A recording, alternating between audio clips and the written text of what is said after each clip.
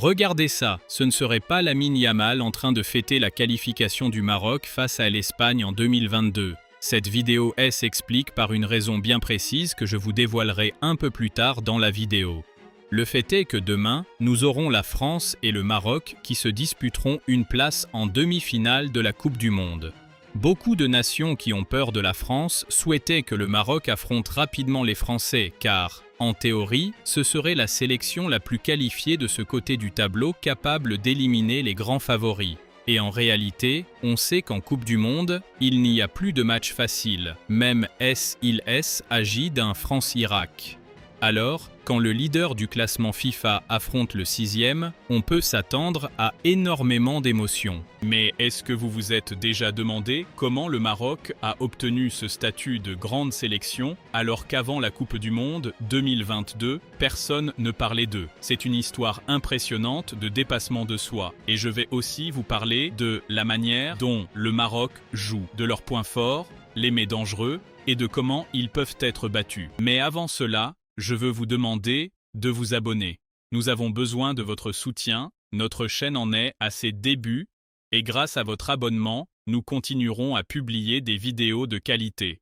Et bien sûr, laissez un petit like, c'est totalement gratuit et ça donne de la force à la vidéo. Le Maroc n'a jamais été une sélection ordinaire. Pendant une grande partie du XXe siècle, entre 1912 et 1956, le Maroc était un protectorat français, ce qui l'a beaucoup influencé par la culture française et lui a fait absorber cette passion caractéristique pour le football.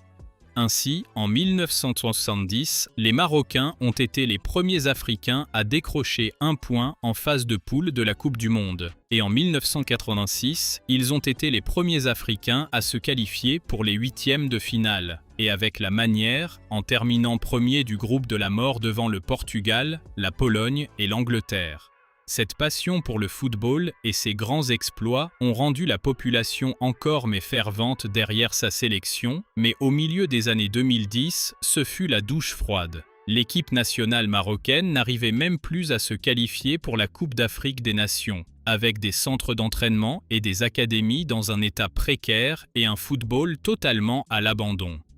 Face à cette situation, en 2009, le roi Mohamed VI a investi de sa propre poche environ 140 millions de dirhams, soit à peu près 16,8 millions de dollars à l'époque, pour bâtir l'Académie Mohamed VI de football, située à Salé.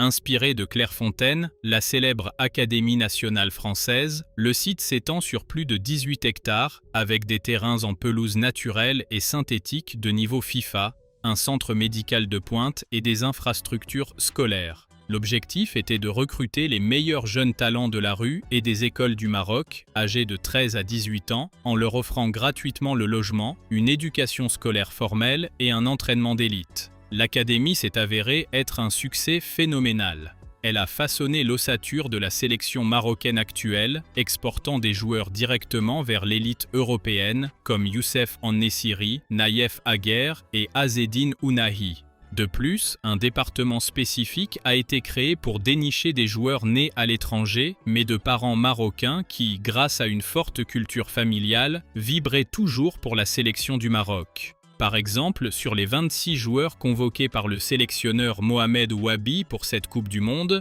seuls 7 sont nés sur le territoire marocain. Et c'est ainsi que le Maroc est passé de la 95e place du classement FIFA au milieu des années 2010 au 6e rang en 2026, seulement 16 ans après que le roi a créé un centre d'entraînement sur le modèle français pour viser l'élite du sport dans son pays. En 2022, beaucoup de gens ne connaissaient pas cette histoire et ont été pris de court par la surprenante épopée marocaine jusqu'en demi-finale de la Coupe du Monde. Le stade le plus avancé jamais atteint par une sélection africaine, prenant de court de grandes nations et affichant leur football. Tombé à nouveau dans le groupe de la mort avec la Croatie, vice-championne en 2018, et la Belgique, qui avait décroché la 3e place, le Maroc a terminé premier de sa poule. Ils ont ensuite affronté l'Espagne de Luis Enrique en 8e de finale pour s'imposer au tir au but après un match nul 0-0 dans le temps réglementaire. En quart de finale, il devait défier l'un des immenses favoris avec sa génération dorée, le Portugal de Cristiano Ronaldo,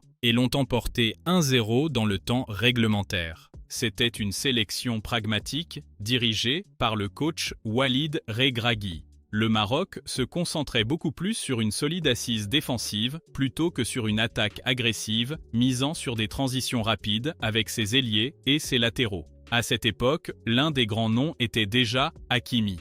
Et c'était lui qui déclenchait une grande partie des vagues offensives de son équipe, aux côtés de Ziyech et Boufal. Ce fut une épopée historique. Mais avec le temps, les supporters marocains ont commencé à se lasser du football pragmatique proposé par la sélection de Walid Regragui.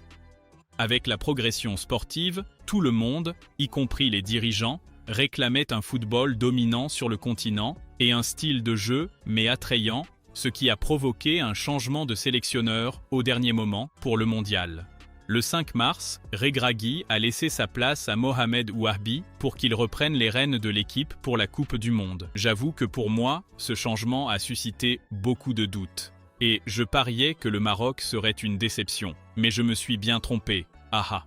Mohamed Ouahbi a réussi à mettre en place une équipe très dense physiquement, ce qui complique la tâche des attaques adverses, avec en plus des déplacements agressifs et coordonnés et une variété de combinaisons offensives qui harcèlent l'adversaire.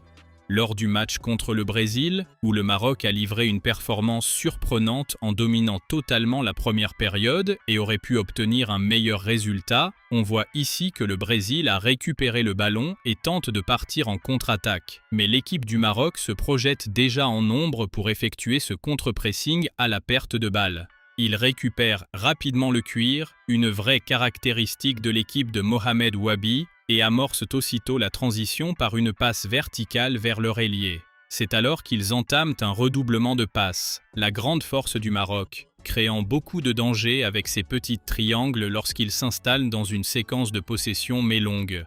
Et on constate que Hakimi s'est déjà intercalé comme un ailier, il se démarque en profitant de la densité de joueurs, ce qui s'avère étouffant pour les Brésiliens, et Hakimi surgit dans le dos de la défense du Brésil, attendant cette ouverture dans la profondeur pour faire parler sa pointe de vitesse. Et c'est exactement ce qui se passe, il hérite du ballon et déclenche sa frappe.